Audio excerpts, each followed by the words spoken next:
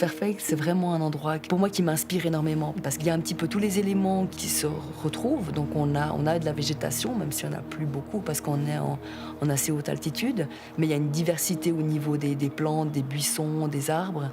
Et puis après, il y a vraiment ce contact assez dur avec la montagne parce qu'elle est assez oppressante comme ça. J'aime beaucoup quand je vais me promener seule, c'est que ça me permet de retourner à cet aspect très élémentaire. C'est l'eau, c'est la terre, la pierre, c'est le bois. Et c'est vraiment tout d'un coup de revenir à quelque chose de plus profond et de plus essentiel.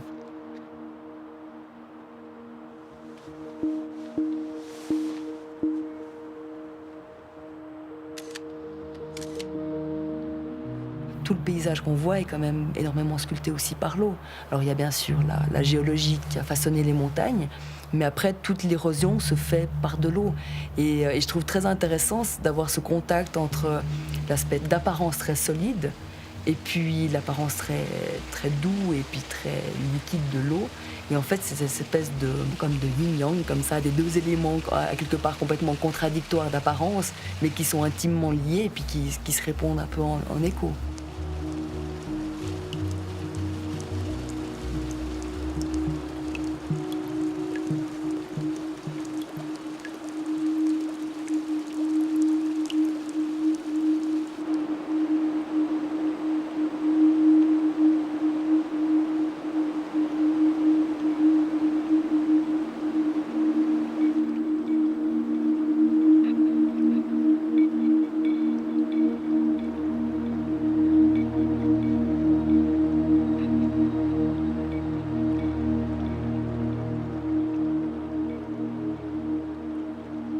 Là, c'est assez extraordinaire parce que tout d'un coup, on a des espèces d'univers comme ça qui se dévoilent devant nous.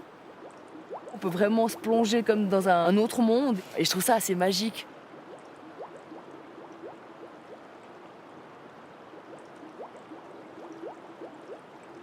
Ici, on voit, ça fait comme des tout petits geysers, mais on peut en voir à travers le monde qui sont beaucoup plus grands. Ça fait penser à des éruptions volcaniques. Puis je trouve que ça développe l'imaginaire parce que tout d'un coup, on n'a plus de référentiel.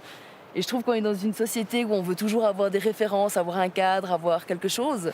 Et puis là, en fait, on se perd. Et j'aime bien me perdre, en fait, quoi.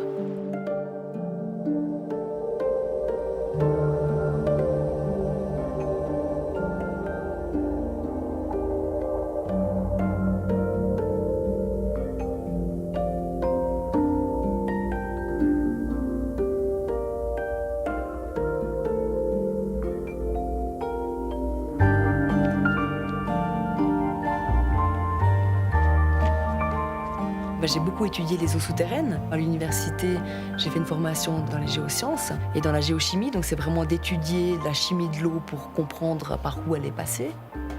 Il y a un des lieux vraiment extrêmement intéressants pour comprendre la formation des Alpes parce qu'on a ces différentes plaques tectoniques. C'est à Yvelaine, la région d'Yvelaine. Et tout d'un coup, ça m'a fait... Mais j'étais là, mais c'est incroyable comme on peut avoir l'impression de connaître un endroit parce qu'on y est né, y être complètement ignorant, quoi. Et ça m'a vraiment fait beaucoup réfléchir sur cette notion entre ce qu'on voit, ce qu'on sait, ce qu'on croit connaître, parce qu'on a l'impression qu'on y vit au quotidien, donc qu'on n'a plus rien à découvrir.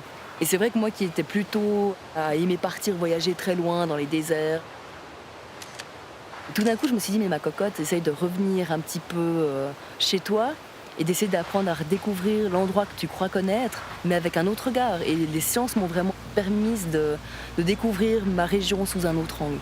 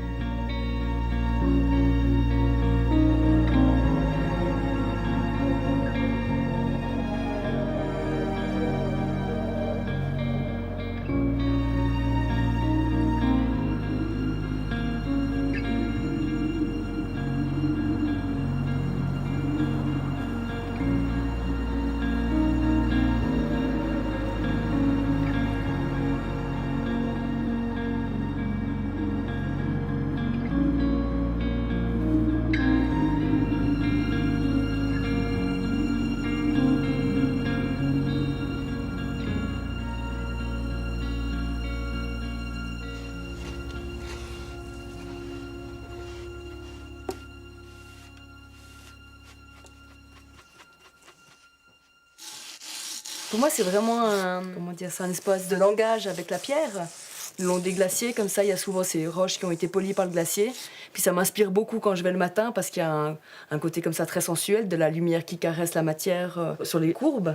Et puis c'est des choses que j'aimerais essayer de retranscrire avec la céramique, avec un contact du coup uniquement avec les mains. Et pour moi, le fait de toucher la matière, ça me permet d'être en accord complet avec elle.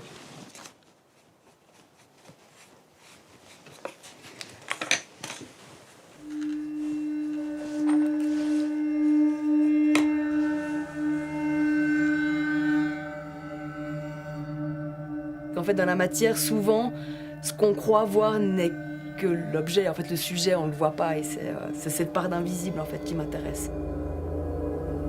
C'est comme une photographie, par exemple, surtout avec le noir et blanc. C'est que si on voit quelque chose, c'est parce qu'il y a de la lumière et de l'ombre. Mais il faut qu'il y ait les deux pour qu'on puisse percevoir le vide. La création, à quelque part, c'est une forme de respiration pour moi. Parce que une respiration, il y a toujours une phase d'inspiration, puis une phase d'expiration. Et en fait, quand on crée, c'est ça. C'est quand d'abord on est inspiré, et puis là, on s'inspire de la nature, on s'inspire moi des roches, des veines de calcite ou de quartz. Et puis après, on expire, et puis là, on crée quelque chose, quoi. Cette pièce, en fait, elle a pris le gel, alors je suis obligée de la démolir. Parfois, c'est un peu brutal, ça demande parfois quelques semaines avant d'exploser ces pièces, parce que c'est quand même quelques heures de travail. Mais on sait que d'un côté, on ne pourra pas les récupérer, donc au bout d'un moment, il faut lâcher prise, prendre un maillet, puis y aller franchement. Mais c'est ça aussi qui est assez beau dans la céramique, c'est qu'en fait, contrairement à tous les autres matériaux, c'est de la poussière, on peut la modeler, puis tant qu'on l'a pas cuite, en fait, on peut la transformer à nouveau. Derrière chaque pièce de céramique, parfois, il peut y en avoir plusieurs, mais qui sont en mémoire, quoi. Et puis, c'est un petit peu comme nous, quoi. Ça part de la poussière et on retourne à la poussière.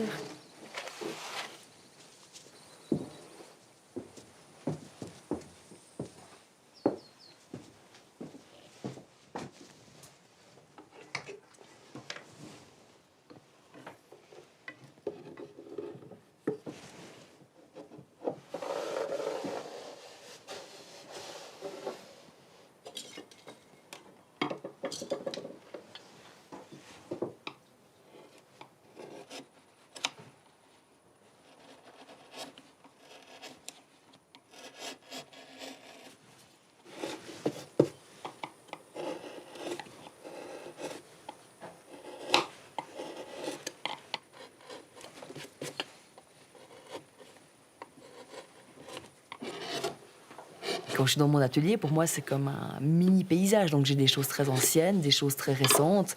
Et puis ça dialogue ensemble et c'est un petit peu la magie du lieu. Puis là, en plus d'être dans l'atelier de mon arrière-grand-père, pour moi, il y a quelque chose de très fort. Parce que c'est vrai que j'ai quand même ce côté très enraciné. Moi, j'aime bien prendre l'image d'un arbre en me disant que voilà, si on veut s'élever puis avoir des branches qui vont aux quatre horizons, il faut avoir des racines profondes.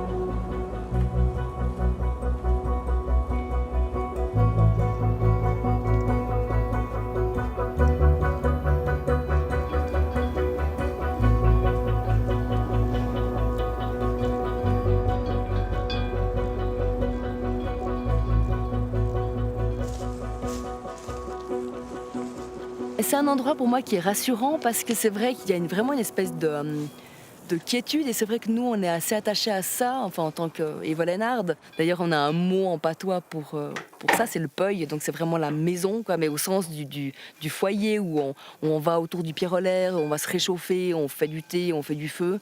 Et puis c'est vraiment tous ces gestes qui sont assez primaires à quelque part, mais pour moi qui sont essentiels. Alors ici, on est à Cotère, en fait, juste au-dessus de la Sage. Et c'est vraiment pour moi mon lieu d'enfance parce que quand j'étais gamine, j'étais tout le temps ici avec mes grands-parents et puis ma mère pour garder les vaches, pour faire les foins. Et c'est vrai que j'ai vraiment un attachement par rapport à cet endroit qui est très très fort. Pour moi, c'est un petit moment d'évasion où je peux être complètement seule. Et c'est vraiment des moments pour moi où je peux venir ici pour lire, pour un petit peu méditer, pour essayer de faire un petit peu le vide. Et parce que pour moi, c'est important cet aspect solitude parce que je suis intimement convaincue que si on a envie de pouvoir recevoir les choses ou bien de les comprendre, pour entre guillemets les entendre ou les écouter, il faut d'abord apprendre à se taire et puis à faire vraiment le silence, quoi. Et puis le silence, pour moi, il faut être seul en fait.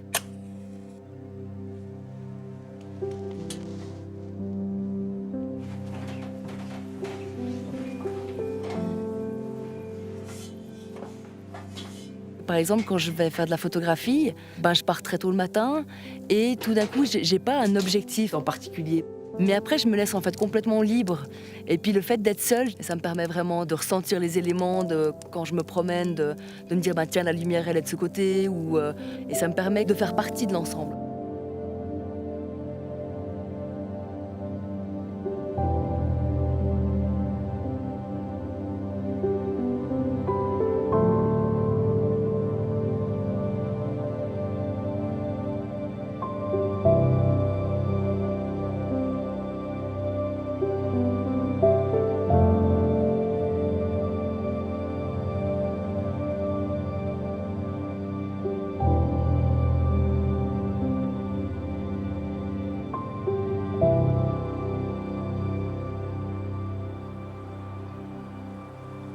Pour moi, la salle, c'est déjà le lieu d'enfance de ma mère.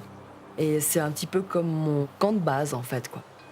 C'est aussi un lieu qui est propice pour l'inspiration. Un jour, j'étais avec ma mère et puis je lui racontais le paysage parce que moi, depuis toute petite, je voulais être reporter et scientifique. Et c'est là que tout d'un coup, elle me dit mais Claude, pourquoi t'écrirais pas un livre?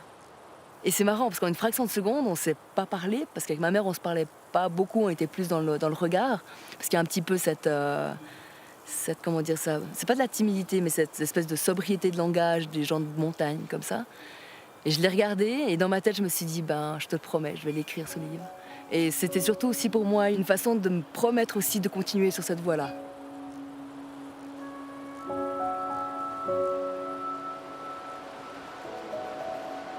Aujourd'hui, je suis en train d'écrire un livre sur l'eau, où j'ai envie de montrer le cycle de l'eau depuis les glaciers jusqu'au Léman.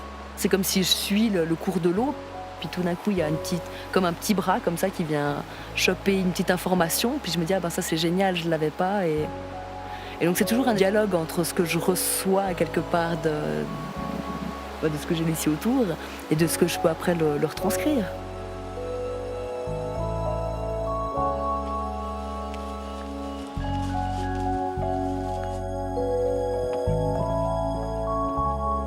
J'aime beaucoup aller par exemple au Café des Collines, travailler en fait sur mes livres et puis ça me permet d'avancer et puis d'être toujours un peu dans dans cette dynamique qui est assez intéressante où je suis en contact avec les personnes, mais j'ai aussi un peu mon intimité.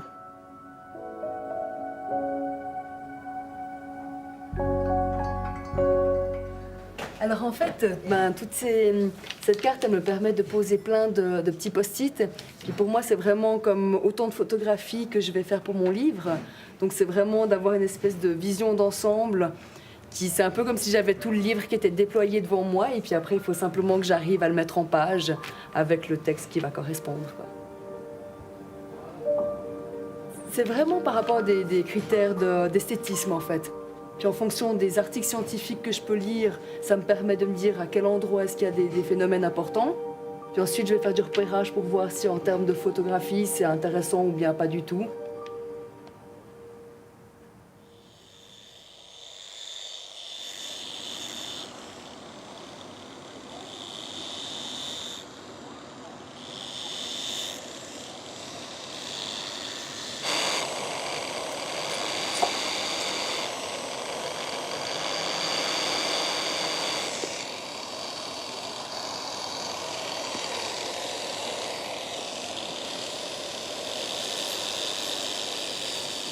C'est vrai que la sculpture sur pierre, c'est quelque chose que j'ai jamais vraiment osé au début. Mais en ayant fait beaucoup de géologie, c'était quand même un intérêt pour moi d'essayer de découvrir la géologie sous un autre aspect. J'ai eu la chance de rencontrer Nathalie Delay.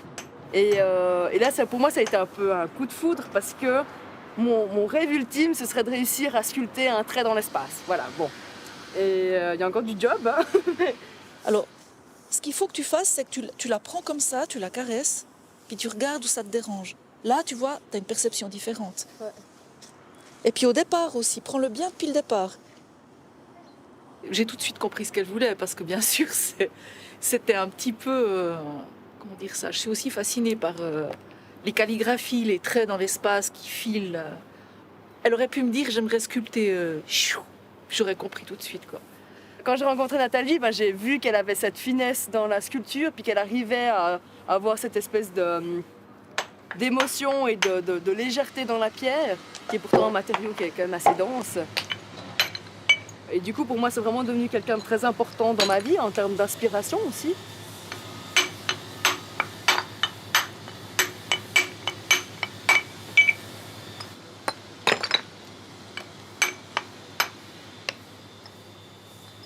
Ton maxima, il est ici, tout le long. Ouais. Il est sur le maxima de ta courbe. Ouais. Tu vois, là, tu es beaucoup plus incisive ici.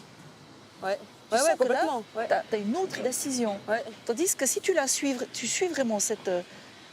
tu descends, bam, et là, tu as une contradiction. On sent le carré encore beaucoup ici. Ouais.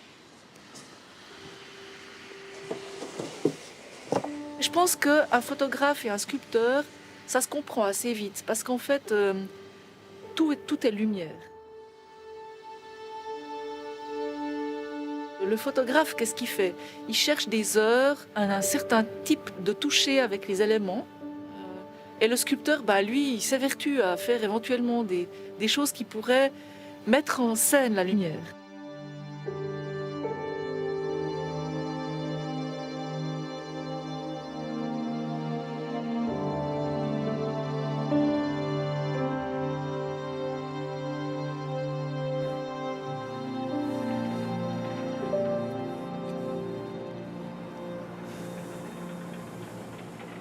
Je trouve ça assez beau en fait d'être ici à Saint-Trifon, avec un calcaire en plus de Saint-Trifon, donc il y a quand même quelque chose de très local. Mais en fait, en une fraction de seconde, je me retrouve à des centaines de millions d'années, à essayer simplement d'essayer de comprendre comment elle s'est formée, puis elle a toute une histoire.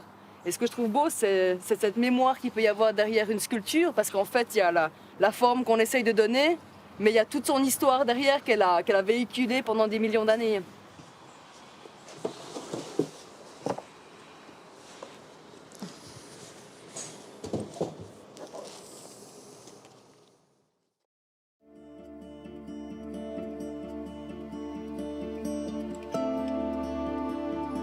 Les personnes avec qui je vais sous un glacier sont tous hydrogéologues, géologues, glaciologues, spéléologues. Donc on a quand même, disons, une assez bonne connaissance et de la dynamique glaciaire et du monde souterrain. Isidore Raposo, il a fait énormément d'exploration. Et pour moi, c'est une chance extraordinaire de pouvoir être avec des gens qui ont ces connaissances-là. Parce que moi, à quelque part, je débute dans la spéléologie. Ça fait quelques années maintenant, mais je suis quand même novice par rapport à eux. Et de pouvoir rencontrer des gens comme lui ou comme Gérald Favre, qui m'a emmené dans tout ce qui est du monde sous-glaciaire, c'est extraordinaire parce qu'il y a ce lien justement quand même de transmission. C'est toujours un peu cette quête d'en apprendre un tout petit peu plus et puis de cartographier un tout petit peu plus la planète de tout ce qui n'est pas visible. Et avec lui, c'est vrai que c'est extraordinaire parce qu'il a aussi une vision des glaciers, par exemple, qui est complètement différente. Parce que lui, il a vu le glacier il y a 40 ans en arrière. Et puis maintenant, il retourne et puis il peut vraiment m'expliquer. Et puis c'est des choses qui sont concrètes parce qu'il est à côté de moi. Il me dit, mais Claude, quand je suis venue là, le glacier, il était à cette hauteur. La première cavité sous-glaciaire, mais qui était toute petite, je me souviens plus, c'était la course d'école à 14 ans, on était à l'Aiguichorne. Et puis c'est sur la rive gauche du glacier d'Aletsch. Ouais. Mais tu vois, il y a aussi d'autres qui sont en train de se former un tout petit peu plus en amont. On voit qu'il y a un portail qui se forme là, puis un tout petit tout proche de la paroi. Bon, à part la température ambiante, à cette heure-ci, il est peu de temps, hein. Moins d'1 heure au soleil, en tout cas, sur l'extrémité.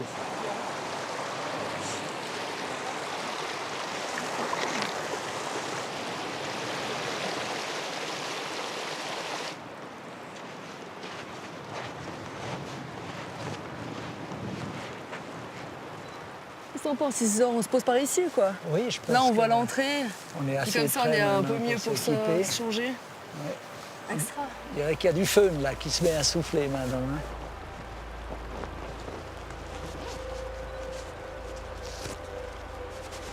Moi, ce qui m'intéresse, c'est plus de voir la dynamique du mouvement.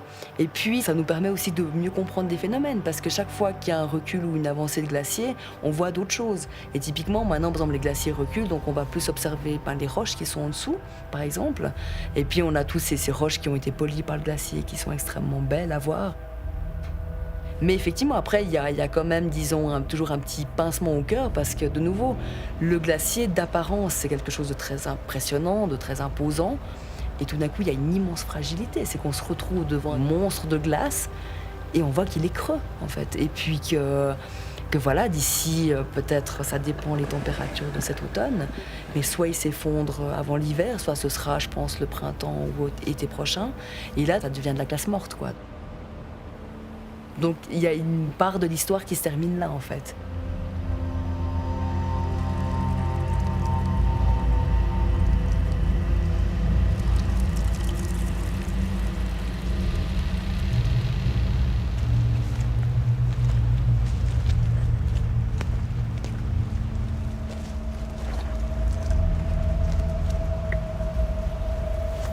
C'est incroyable. Vraiment, l'évolution, moi, ça fait plusieurs fois que je viens faire des images. On pourrait faire un comparatif avec les clichés que j'ai fait l'année passée. Là, on a une énorme salle. Ouais. Là, avec presque des concrétions, des stalagmites. Ouais. Alors, c'est magnifique, là, les courbes Ici, d'érosion. Tu as vu, là, au milieu? Ouais. Ça.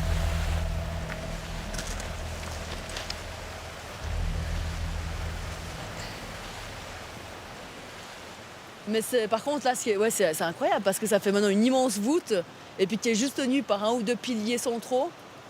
Alors que, encore cet été, quand j'étais avec Gérald, c'était complètement fermé ici, en fait, quoi.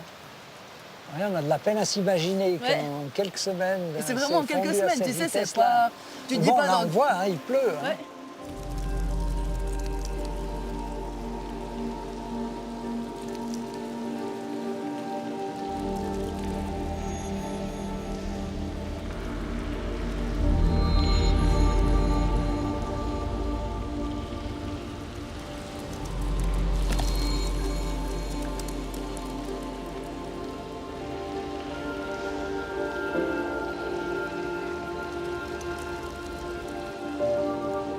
J'ai eu la chance depuis 2018 de faire partie d'une équipe avec qui font de l'exploration et puis qui vont rechercher ces cavités sous-glaciaires un petit peu partout dans les Alpes pour aller essayer d'aller photographier. Parce que moi, l'idée, c'est toujours effectivement d'aller comprendre le phénomène d'un point de vue scientifique, mais surtout de saisir ces phénomènes et saisir une goutte d'eau, saisir une rivière souterraine.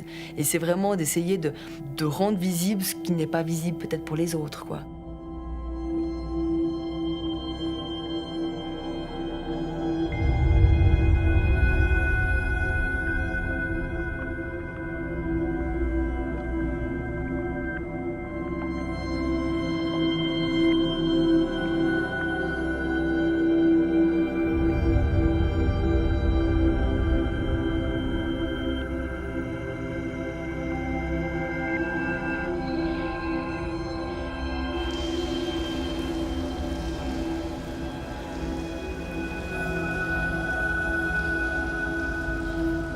Je sais pas ce que t'en penses, mais moi je suis pas très motivée à y aller. Parce que tu vois, quand tu vois ce qu'il y a au-dessus de la tête, là. Alors bon, hein. On a une petite tête, peut-être ça passe à côté. Mais... Celui-là, on n'en ressort pas, n'est-ce pas? Oui. Mais par contre, moi ce que j'adore dans ces cupules, c'est comme c'est sculpté, tu vois, comme ça sculpte par soit l'eau, soit le.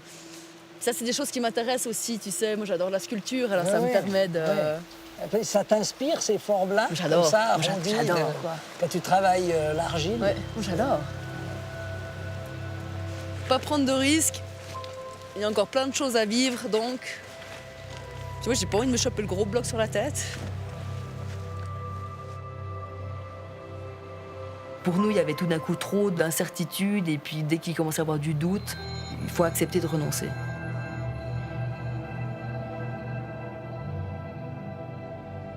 Quand on se fascine pour quelque chose ou qu'on devient émerveillé, c'est que tout d'un coup, la connaissance, ça nous permet juste d'ouvrir une fenêtre sur quelque chose d'encore beaucoup plus grand.